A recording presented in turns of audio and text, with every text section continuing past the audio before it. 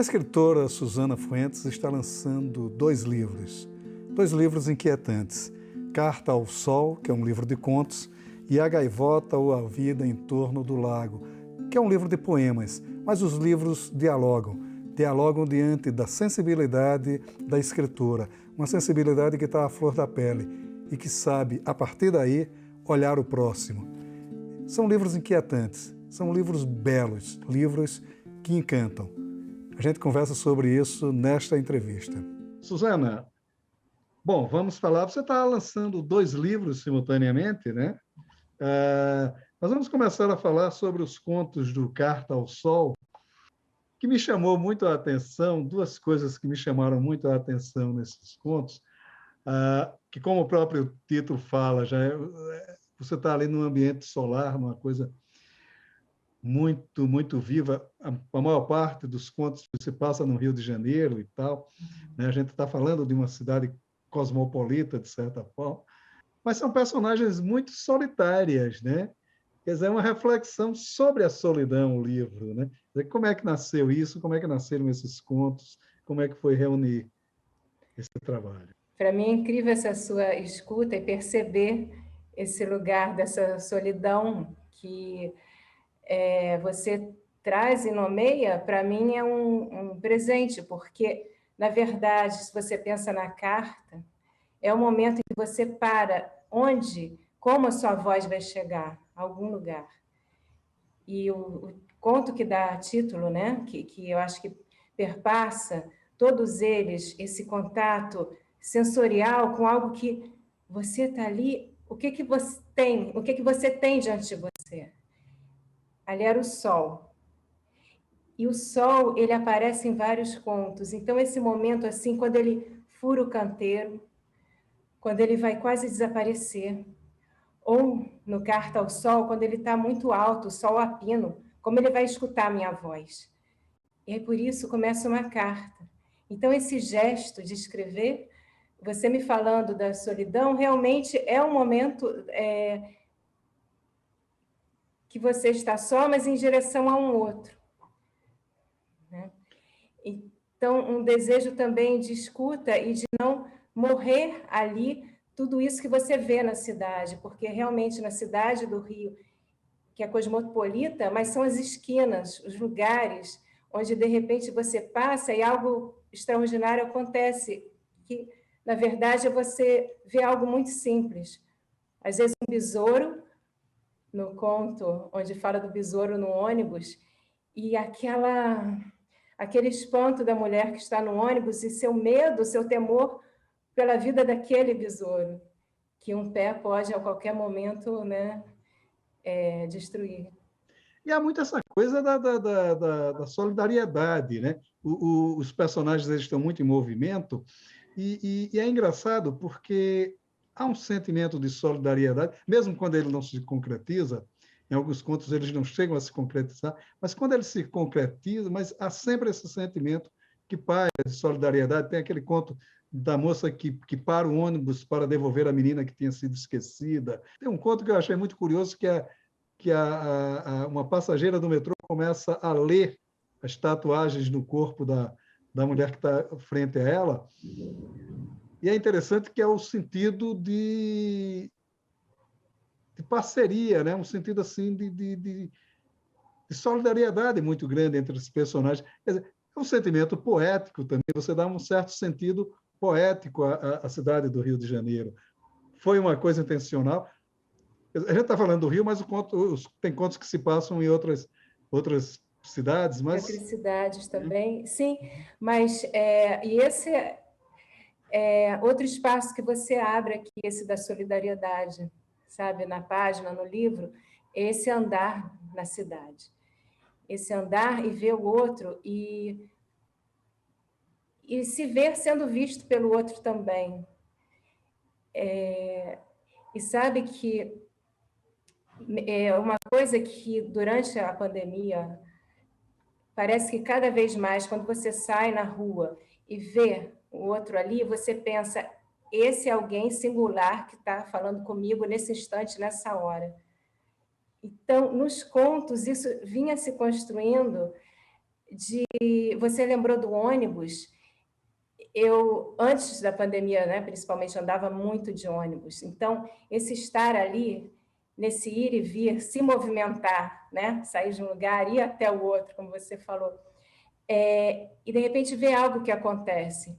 Muitas vezes são cenas que eu vejo e aquilo me marca profundamente. Eu cheguei a ver a menina quase esquecida no ônibus, mas e aí no conto aquilo se transforma, mas com aqueles personagens que aquele instante me deu. E você vê a aflição, né? No conto tem da irmã da menina, a irmã também tão criança, pensar, meu Deus, eu quase te esqueci. Então, são essas relações entre as pessoas de todas as idades, meninas, mulheres, essa que você vê no metrô, que ali é um momento da cidade em que começaram muitas essas transparências, construções. No Rio de Janeiro, o novo metrô, que numa praça ou em outra as pessoas pediam pela vida das árvores, onde vai ficar a saída do metrô. E, finalmente, quando ele fica pronto, são aquelas transparências, e você começa a se ver andando refletido, e as pessoas cada vez mais se olhando nas telas ou nos reflexos de vidros construídos, né, na cidade. De repente, quando você olha o outro no metrô, uma menina olha a outra, vê o desenho no corpo de outra, né? E aí, de repente, os olhares se encontram e você pensa, é a única que não olha, não está se olhando no reflexo, ela está olhando para o outro. Então, tem esse jogo, né? Tem a fotografia também. E os contos têm uma coisa muito interessante, uma relação muito profunda com as paisagens. A paisagem, ela perpassa ali todos, mesmo quando acontece, tem alguns contos que acontecem dentro de um apartamento, mas que a paisagem está ali, perpassando naquele ambiente. É interessante isso, mesmo as paisagens estrangeiras, tem conta em Nova York, Berlim, Paris, mas é interessante porque é o olhar estrangeiro sobre essas cidades.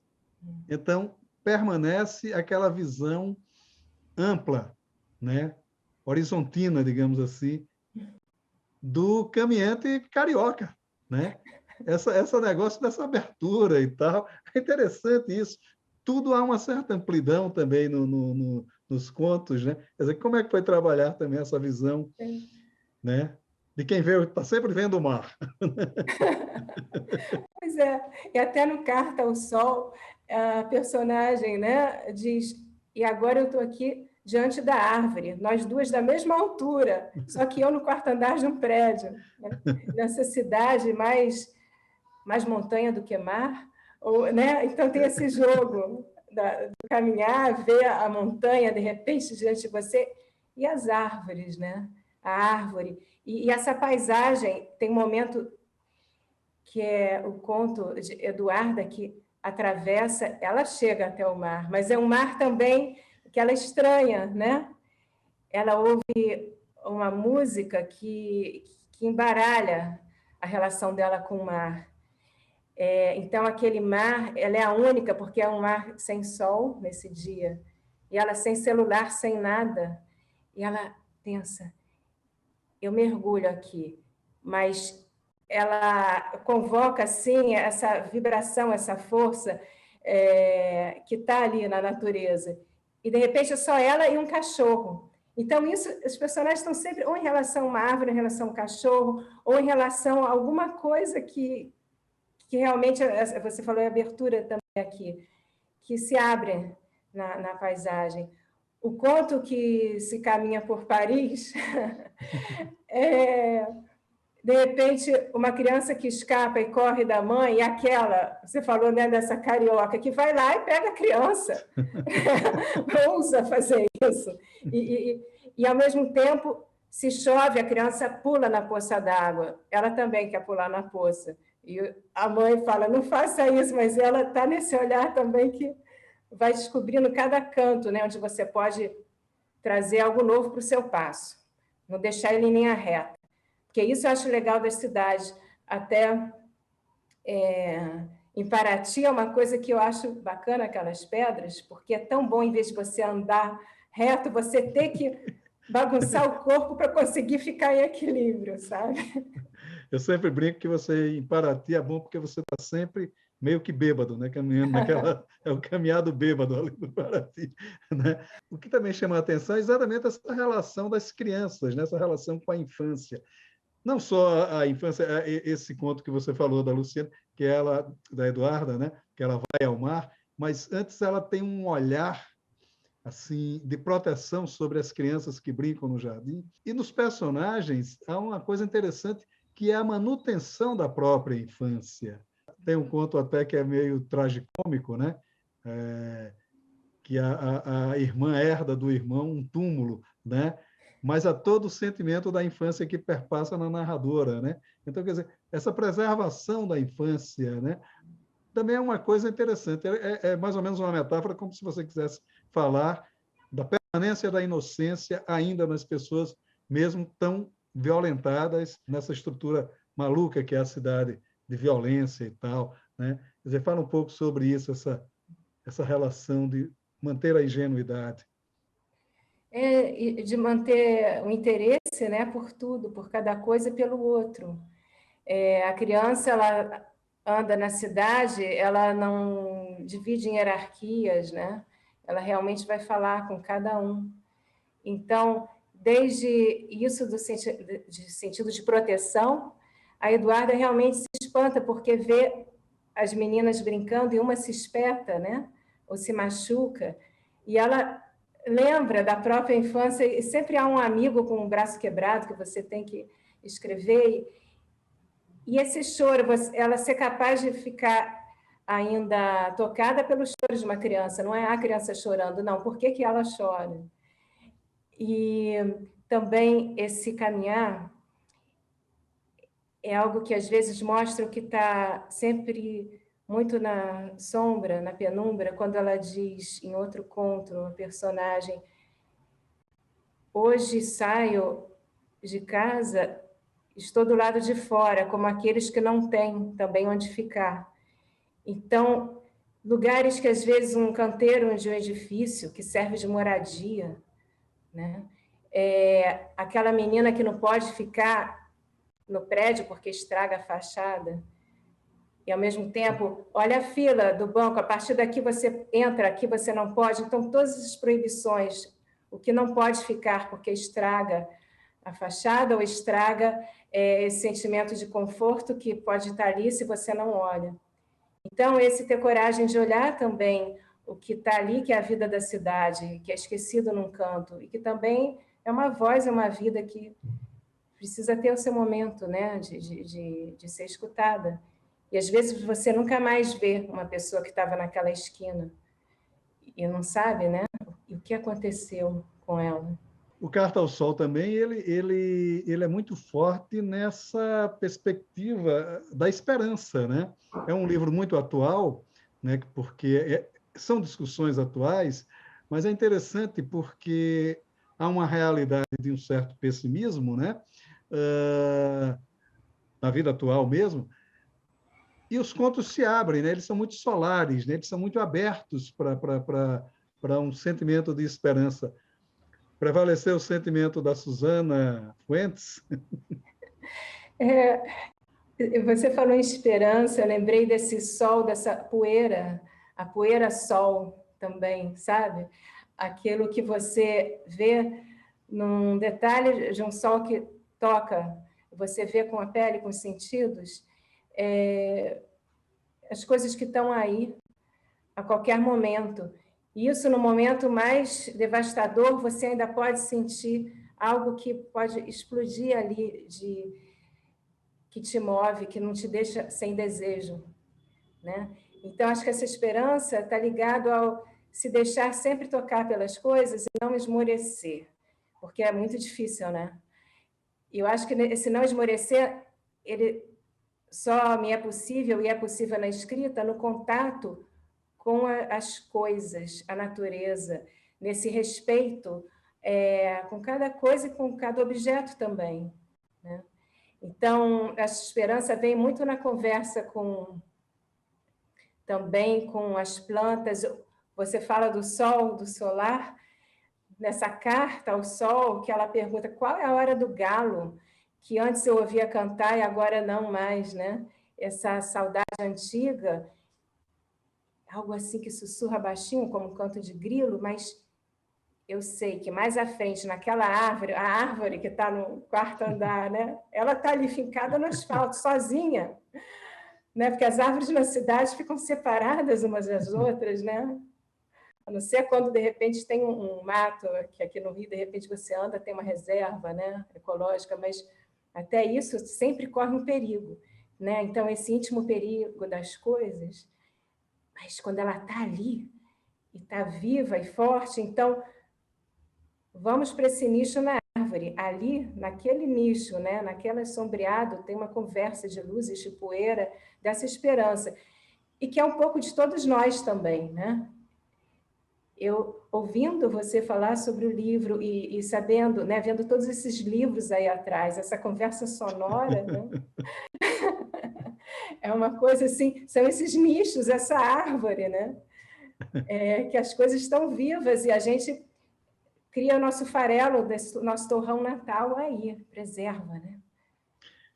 Você está lançando também o Gaivota, ou A Vida em Torno do Lago. É interessante porque você disse que são temas para uma peça curta, né? São poemas, é um livro de poemas, é, mas que ele abre com um poema dedicado a uma gaivota do Tchekov, né? Quer dizer, como é essa relação? É interessante porque é um livro assim bastante literário, é um livro de quem leu, né? O livro do leitor, né? A leitora Susana Fuentes está sempre recorrente aqui em vários dos poemas, né? Quer dizer, também como é que foi a organização, como é que foi pensar esse livro? Esse livro, ele parte de uma relação sensível com a gaivota de Tchekhov, a peça, em coisas que estão ali bem significantes, mas que tem uma força que fala no silêncio. Essa gaivota que é destruída a troco de nada, né, que se diz ali na peça, o escritor anota, mataram essa gaivota, né? Tema para um conto curto. E quantas vezes existe um disparo dentro da peça? Quantas figuras ali são destruídas a troco de nada? E, ao mesmo tempo, existe a peça dentro da peça, que o personagem jovem escritor, o Trepliev, ele escreve, e aquilo é quase um poema, né? Muitos símbolos, de quando existe um vazio, nada mais no mundo, né? 200 anos depois, e que é o lugar na peça que não é levado a sério pelos outros personagens, pela mãe, a grande atriz, enfim. E alguns personagens se interessam. Mas é aí que, desde quando começaram perdas assim sensíveis da memória, de memórias, o incêndio do Museu Nacional, sabe, essas cinzas. Mas eu penso, essa gaivota, quantas vezes ela morreu desde a minha infância? E essa gaivota, então, no poema, ela se recusa a morrer. E ela volta com todas as cenas de nossas perdas. Então, o livro, ele dialoga com isso, essa gaivota, como algo que é tão forte, que está ali, que vibra, mas, ao mesmo tempo, pode ser destruído a troco de nada, né? Então, nossa vida no contato com os outros, na cultura, a memória, né? Tudo isso que precisa ser cuidado. Há no livro esse sentimento de perda, né? Esse sentimento de a baleia do museu que morre duas vezes, né? A própria universidade que não pode ser destruída e tal. Quer dizer, mas é interessante porque você olha a fragilidade das coisas, mas busca a sobrevivência delas, né? Não é um discurso meio contraditório ou essa contradição é o cerne do livro? Eu acho que é nessa contradição, são movimentos, né, que se embatem, porque a própria gaivota, você pensa em voo, mas ali no poema a gaivota ela só voa quando já caminhou, né? Como é o poema? Eu vi o voo da gaivota, ela só abre as asas quando já é voo, que o voo começa no chão. Então, ela anda, anda, anda, e de repente, né? Então, esse andar, interessante você usar a palavra contradição, porque mesmo no título, a gaivota, ou a vida em torno do lago, tema para uma peça curta. Essa vida em torno do lago, essas margens. Então, toda essa vida, essa fragilidade pulsante, mas que é tão intensa em torno do lago, as margens, né? As folhas, tudo aquilo também que pode... você pensa no Pantanal também, tem um poema que fala, né? Daquela mergulhar num lago em chamas. Então, e ao mesmo tempo essas margens nas cidades, as cidades também, né? Você falou da universidade, esse ir e vir, caminhos que você atravessa, várias zonas, né? Do Rio de Janeiro.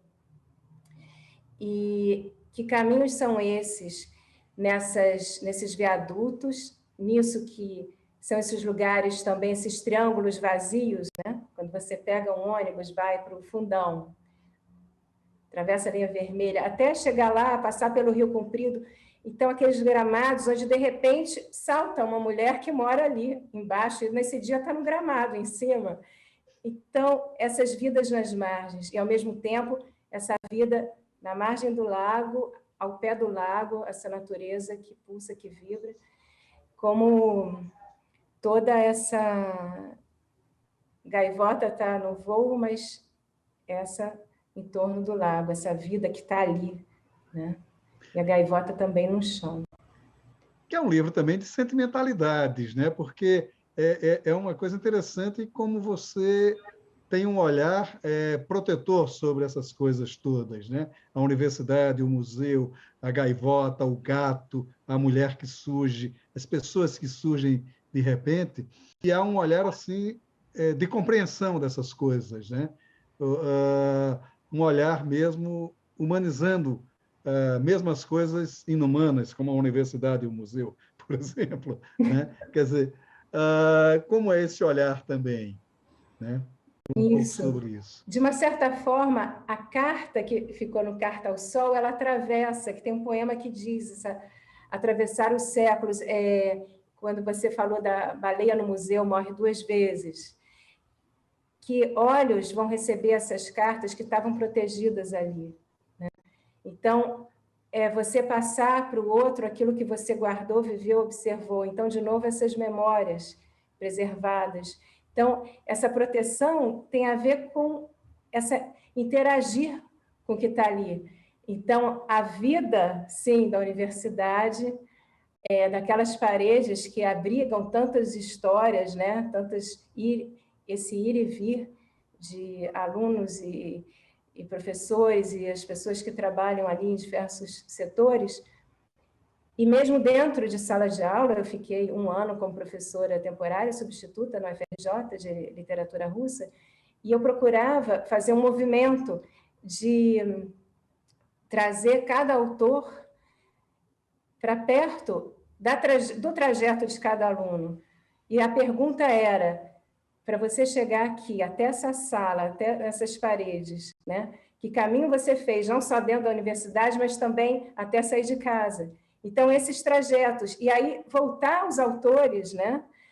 E ver com ele, naquele instante, aquilo que parece a bobagem. Às vezes, um aluno perguntava, mas eu penso, uma frase aqui me interessou, mas é uma bobagem. Eu quero o bobo, eu quero o estrupenso, eu quero isso. E aí, realmente, eles podiam se colocar lado a lado daquela voz que escreve. Então, até esse dar vida, quebrando hierarquias, né? Poder sempre ter a escuta e ver o que o outro tem para trazer e criar. E a vida, você falou também do gato, né? A vida desse bicho que me olha, eu, bicho também, pelo meu direito de ser bicho. E em pé de igualdade. Então, eu sou porque ele existe. E por que eu tenho este gato? Porque ele me olha, eu acordo, ele me olha. Então, de repente eu olho para ele e ele me olha também. E aí a casa cria a vida. E a casa, então, né, mais alguma coisa que cria a vida, é verdade. E há uma coisa interessante, a sua literatura é uma literatura muito visceral, né? Eu o tempo todo estava vendo Suzana Fuentes em cada linha. Estava vendo Suzana Fuentes o quê? Em cada linha, em Em cada cada linha. né? E é engraçado você falar em linha, porque na orelha o texto da orelha, pela Heloísa Buarque de Holanda, Uhum. ela falou, parece que tem linhas ali, a Suzana tem uma coisa com as linhas, e algo urgente que vem, ela precisa anotar, e a coisa vai, são riscos, né? Maravilha, querida. Olha, os livros são maravilhosos, gostei muito da leitura. E muito obrigado pela sua participação aqui no Leituras. Eu que agradeço muito, essa leitura é tão rica e sensível. Eu que saio daqui com um olhar sobre o livro que só abre ainda mais. Muito obrigado, um grande abraço, querido. Obrigada.